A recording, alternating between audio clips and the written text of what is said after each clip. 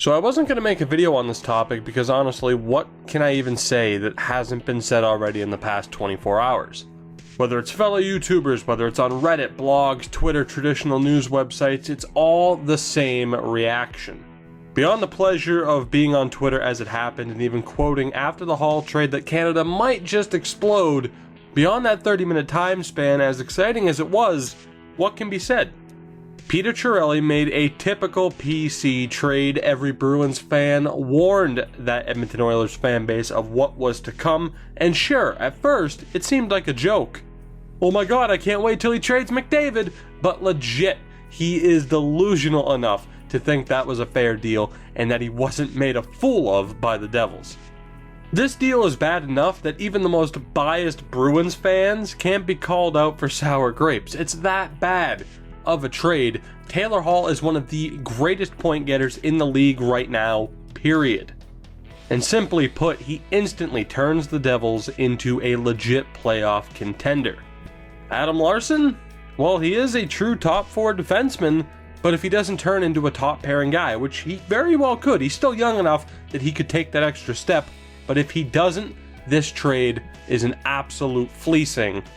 And look, I get it. The asking price for someone like PK was way too high, apparently, with Montreal asking for Draisaitl picks and one of their two main defensemen, and Shattenkirk wouldn't resign with you, so you couldn't get a deal done with St. Louis, but not even a conditional pick. Absolutely brutal. Again, as I said, this is the same narrative you've been hearing over and over since the deals have been made, because it's virtually the only way to describe the two trades. Subban for Weber. Shea Weber is still a top pairing defenseman in the NHL. You can't measure leadership, you can't measure poise, but you can measure a player's value by statistics, and Subban is better in nearly every stat possible. Shea Weber's a great defenseman with a truly horrific contract. PK Subban, and yes, this is a Bruins fan saying this, is one of the best defensemen in the league. Weber is up there with the likes of Oliver Ekman-Larsson, Letang, Yossi, Keith, Sutter, Burns, Bufflin, Klingberg, etc. Fantastic defensemen who could easily be Norris candidates, but PK is in the elite class along with Doughty, along with Erik Karlsson, that will be battling it out for the Norris Trophy over the next decade. He is in that class. Whatever excuse you have to try and make to make yourself feel better about trading that caliber of player is just wrong, and it's sad, and in a way, I do feel sorry for Habs fans right now, although as I said on Twitter, for those who were taking shots, rightfully so, when the Bruins traded Tyler Seguin, to them I say, how does it feel?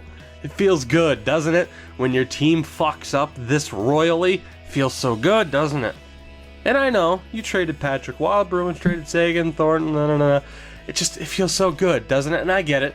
I live in a glass house. I can't throw stones with Sweeney at the helm of my favorite team.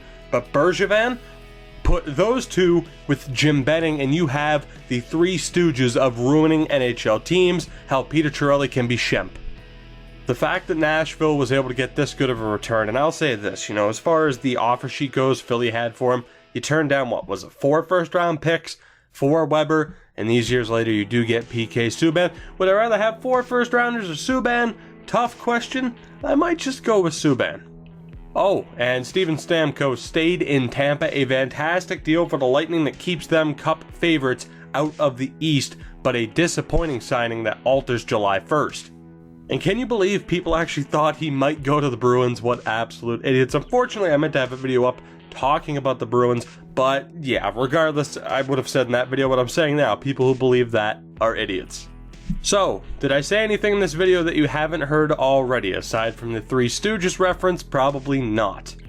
But it's a seemingly obligatory video to make, so I figured why not? Am I shocked and surprised by the deals as everyone else is? Of course I'm surprised by it. Am I excited to see how this potentially alters not just free agency, but the league in general?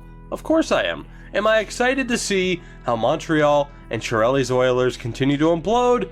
Absolutely. And if the Bruins ship is going down, at least I'm going to enjoy their decline as well, despite the fact the Oilers have been in the dirt for quite a while. But, I'll stop hating on Edmonton, and I will talk more about the Bruins in a future episode. But there you have it, guys. That is my view on what will become a very well-remembered day, June 29th, 2016.